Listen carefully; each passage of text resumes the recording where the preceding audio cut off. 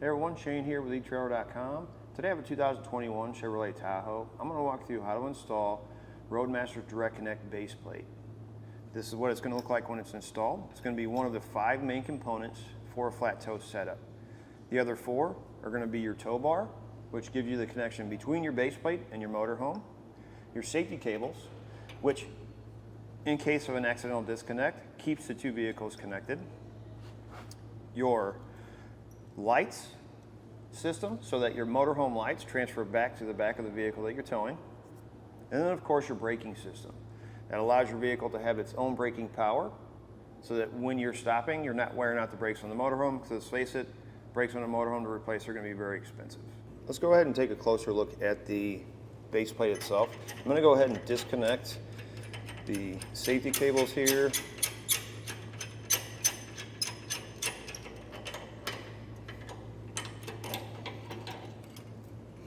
Tow bar.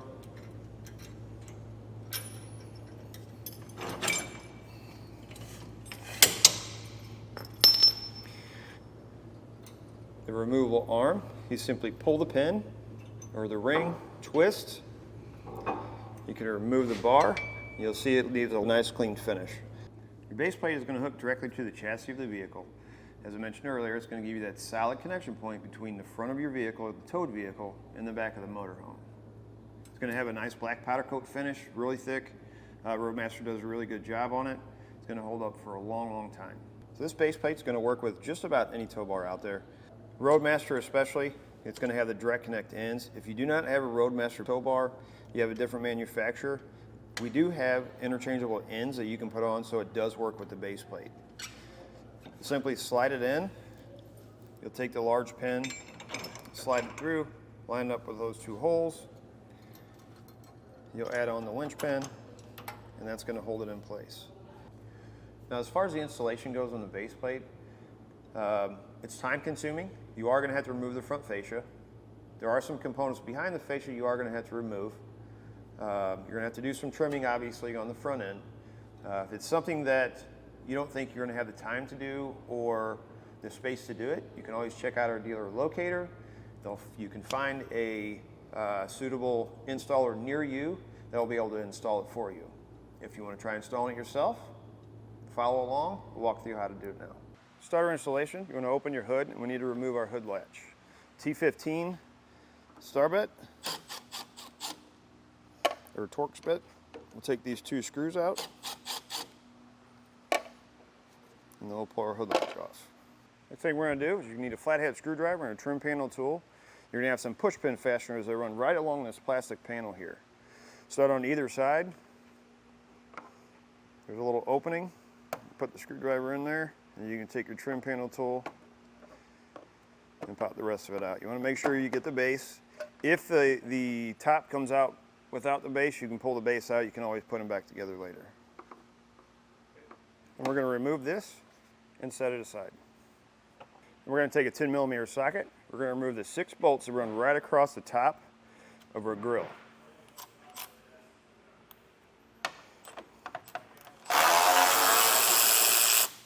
We're going to take our T15 Torx bit.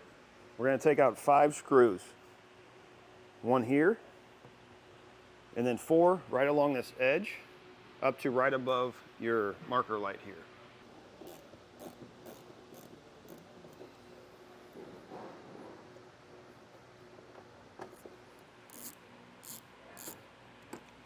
So once you get the 5 screws out, take your fender liner, pull it back, and right up in this corner on the inside, there's going to be a 7mm head bolt.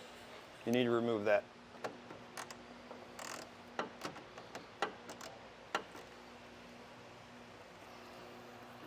Then we're going to come underneath, and where our fascia rolls under, you're going to see some bolts that go right across the edge here. 3 7mm head bolts on each side, and you're going to have 5 or so T15 Torx bits that run across the end here, or this edge. So we'll start on one side and we'll just work our way across. You're going to notice there's going to be 4 of them left over. They're going to be the 2 that are closest together, and if you just push up on the bottom of this plastic panel, you'll see that they're not actually attaching the 2 panels together. So next, we're going to pull back our fender liner again. You'll see this plastic piece here that is attached to the front fascia. If you follow it towards the center of the vehicle, you're going to see a 10mm bolt right here. We need to remove that on each side. Before we start removing our fascia, what I recommend doing is taping each edge, top side of your front fascia, and then the lower edge of your fender where the two edges meet. That way, if either one happens to come in contact with the other one, it doesn't scratch it. After you get that taped on both sides, you come in on your passenger side, there's a large plug here. You're going to need to disconnect that before you start taking the fascia off, because there's not going to be enough room to pull the fascia out and disconnect it when you have it pulled off. So see this plastic tab, it's pushed right through this metal piece. If you take a trim panel tool, you can pop that out. It gives you a little bit of extra room. We need to flip this over.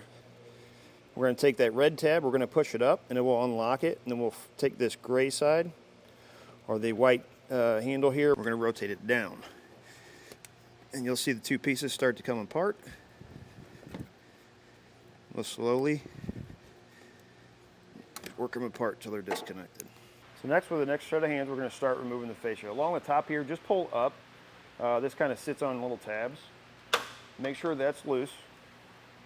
And then this trim piece right here is going to be a little bit tough to get off. So take a plastic trim panel tool, get it in here to where you can wedge it out.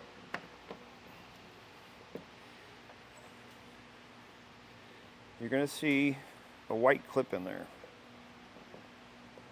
That one actually popped off pretty easy. Normally not like that. We're just going to move our way down. There's going to be another one right down here. Take a very small screwdriver or a pick you have like this, and if you push this little tab right on the top, it will release that clip. Make sure you don't let that piece go back in, because it will lock that back in place again. Once you get that, hold that, grab this corner,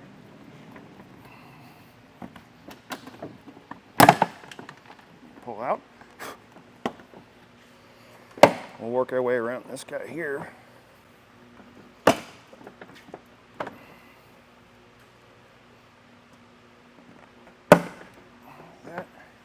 And then into the center. There we go. We should be good with all of our wiring. We'll just set our fascia aside. Next, we're going to take our side-specific bracket. You'll notice it's got a tab on it, and how this end looks a little bit bigger.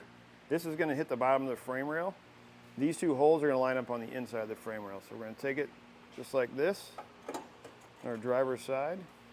And we'll just set that in place like that for now. Next, we're going to take a smaller 1/2-inch bolt with a lock washer. From here on out, any bolt that we put in for our base plate, we're going to use a little bit of red Loctite. Put a little bit of red Loctite on it. We're going to grab this nut right here, the square one. You're going to have two different kinds in there. You're going to want the square one.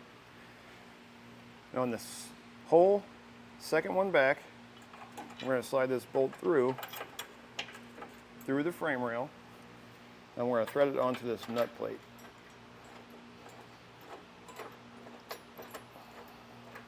We're going to take this longer nut plate, we're going to set it right inside the frame rail just like that.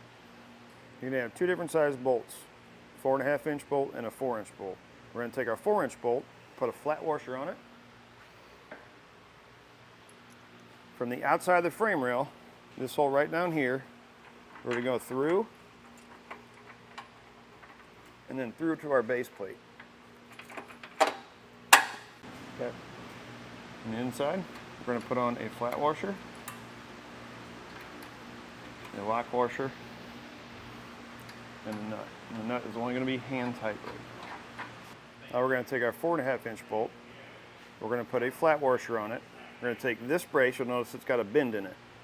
We're going to slide it right up inside the frame rail and match it with these two holes, this hole and the hole on the other side. From the outside, we're going to slide this through. You may have to work with this nut plate on the back to get this lined up.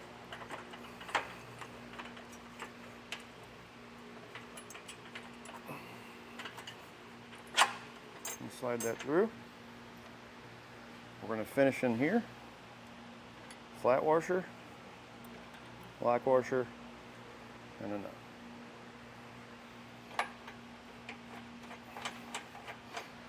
On the passenger side, we've got our brackets set in place here on the inside of the frame rail. The difference between the driver's side and passenger side is this hole that we put the short bolt through does not go all the way through. So we're going to use this hole to make a hole on the opposite side. We're basically going to use it as a template. So as I mentioned before, we're going to have to drill this hole. In the instructions it says to use the frame rail hole as a template. But what I found was it's hard to get your drill bit in here and to get that straight. So what I did is I just put my bracket in place, put in my lower bolt and top bolt. That'll hold it in there. I'm actually going to drill from the inside right where the hole is that we need to go through for the bracket. So I'm going to start, since we're making the hole a 1/2 inch, I'm going to start with a 1/2 inch drill bit to give me the pilot hole, which will center it as much as possible inside the hole in our bracket. So now that I have my pilot there, I'm going to start with a small drill bit just to save the drill bits, and it saves your shoulders, and build my way up to the 1/2 inch hole.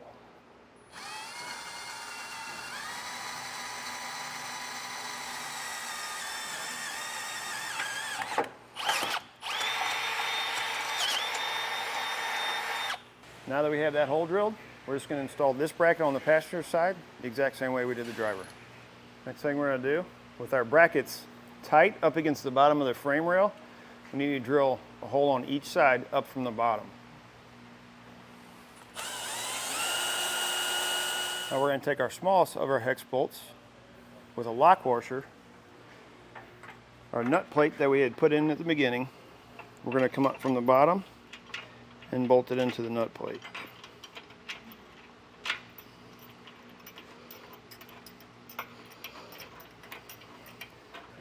Next, we're going to get an next set of hands. We're going to get our cross member in place. You want to make sure that it's facing the right direction.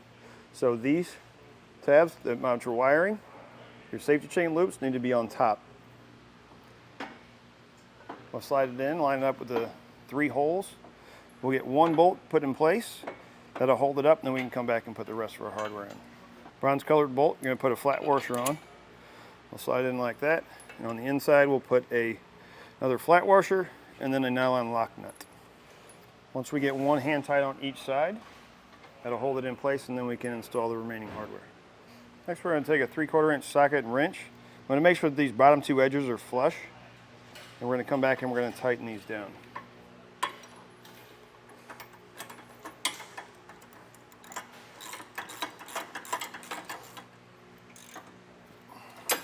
Same socket, we're going to tighten the bolt going up through the bottom of the frame rail. Once you have everything tightened down, we're going to come back and we're going to torque everything to the specifications listed in the instructions.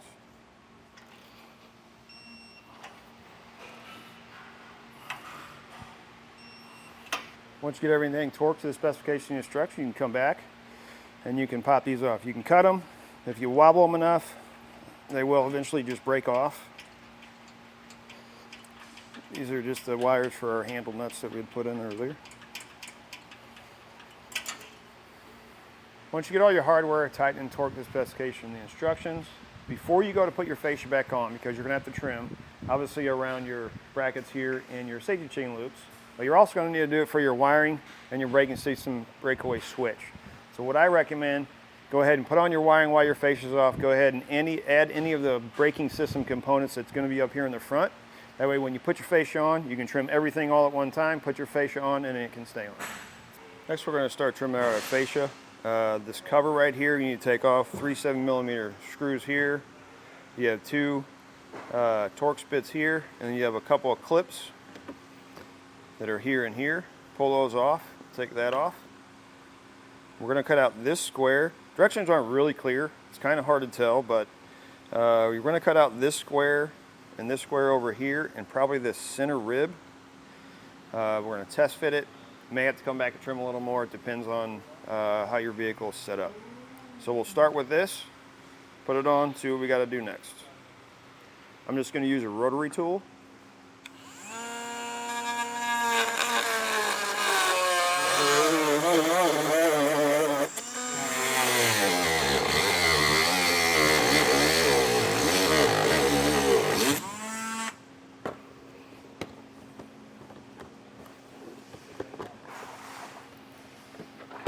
So after test fitting it, I determined I'm going to have to trim off a little bit more on my driver's side rib here. And then the squares, this bottom part and this side is actually pushing against the base plate. So you can kind of see how I have it marked out there. I'm going to trim that out on each side. We'll test fit it again and we'll go from there.